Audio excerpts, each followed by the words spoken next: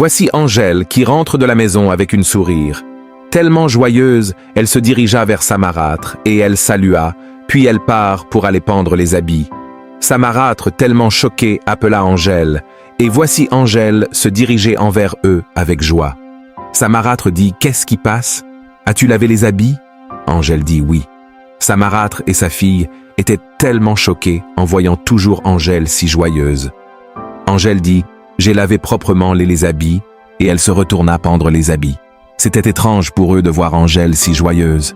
La fille de sa marâtre, étonnée, dit à sa mère « Maman, tu ne remarques que c'est tellement bizarre, quand Angèle partait pour laver les habits, elle pleurait car elle avait tellement faim et vous l'avez interdit de manger. Mais regardez, elle revient avec une sourire maman, et pourtant elle devrait venir avec des larmes. » Sa mère dit « Tu as parfaitement raison » et elle appela Angèle de venir. « Angèle, Angèle vient ici » puis Angèle se dirigea vers eux. « Sa marâtre Angèle, pourquoi tu ne pleures pas? Pourquoi tu es si heureuse ?» Angèle dit « Rien maman, je ne sais pas. » La fille de sa marâtre dit « C'est pas possible, tu as quitté la maison en pleurant comme si tu avais faim, alors pourquoi es-tu heureuse à ton retour ?»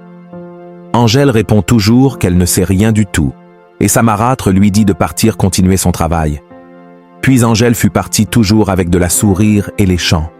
Sa fille dit « Maman Angèle nous cache quelque chose » et sa mère dit « Vraiment, tu as raison. Je ne suis pas sûre, cette fille n'est pas comme ça. » Sa fille dit « Maman, peut-être elle a volé ton argent pour acheter quelque chose. Vraiment, tu as parfaitement raison, comment elle peut partir de la maison en pleurant et revenir avec de la sourire au visage. » Elles étaient tous confus et sa marâtre appela encore Angèle de venir. Voilà Angèle qui revient encore envers eux. Sa marâtre lui dit « Angèle, où est mon argent? » « Moi non, maman, je n'ai rien pris. » La fille de sa marâtre dit « Pourquoi es-tu heureuse? Tu mens, c'est toi qui as volé l'argent de ma mère pour aller acheter à manger. » Angèle dit « Pourquoi vous m'accusez? Je n'ai rien pris du tout. Depuis que je suis née, je n'ai jamais volé. » Sa marâtre dit « C'est toi qui as volé mon argent. » Angèle, où est mon argent? Pourquoi es-tu heureuse? Angèle dit qu'elle n'a rien pris, seulement l'eau de la rivière qu'elle a bu. La fille de sa marâtre dit « Tais-toi ici, c'est toi qui as volé. » Angèle se jure toujours qu'elle n'a pas pris et elle dit « Angèle, tu mens, c'est toi qui volais l'argent de ma mère, faut l'accepter parce que tu ne peux pas être heureuse sans rien manger. Regardez, c'est vraiment pitoyable, c'est vraiment pitoyable. » Elles essayent d'accuser la petite fille orpheline, car elles le savent bien qu'elles sont en train de l'accuser pour savoir pourquoi Angèle est toujours heureuse. Elles continuèrent toujours à accuser Angèle, et Angèle montra toujours son innocence. Puis elle s'agenouillait devant eux en disant « Maman, crois, moi je n'ai pas volé de l'argent, vous le savez bien que je ne peux pas le faire. Je n'ai jamais volé car maman m'a toujours éduqué pour ça. » Sa marâtre dit donc « Cela veut dire, depuis que tu es parti laver les habits, tu n'as rien mangé ?» Angèle dit « Oui maman, je n'ai rien mangé encore. » Sa marâtre était toujours confus, mais il n'y avait aucune solution, et elle dit à Angèle de se répartir travailler. Angèle fut partie, et elle l'appela encore en disant après avoir fini de laver les habits « Il y a plein de travail à la maison qui t'attend à la maison. » Angèle dit « Ok maman, j'ai compris. C'est vraiment pitoyable. » Voici Angèle qui se retourna pour travailler avec toujours de la sourire. C'est quelle méchanceté vraiment, si Angèle était venue très faim, c'était vraiment catastrophique.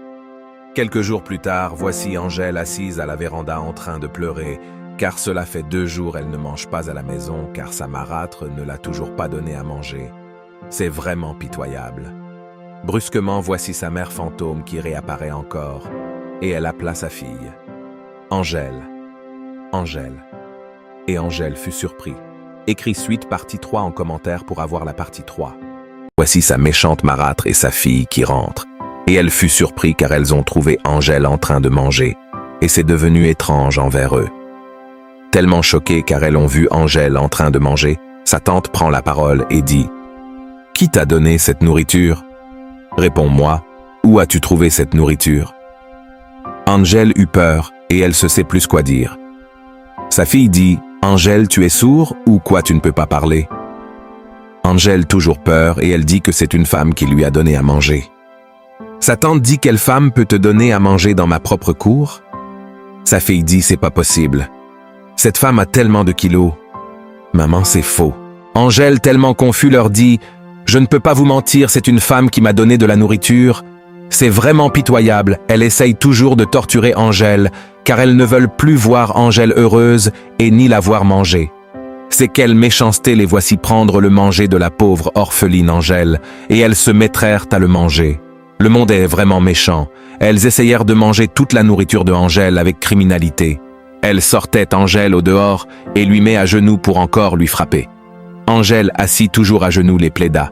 « S'il vous plaît, ne me frappez pas, j'ai beaucoup souffert, cela fait 2 jours je ne mange pas. » Dès qu'elles commencèrent à frapper Angèle brusquement, sa mère fantôme réapparaît, et voici sa marâtre, et sa fille fut avoir peur.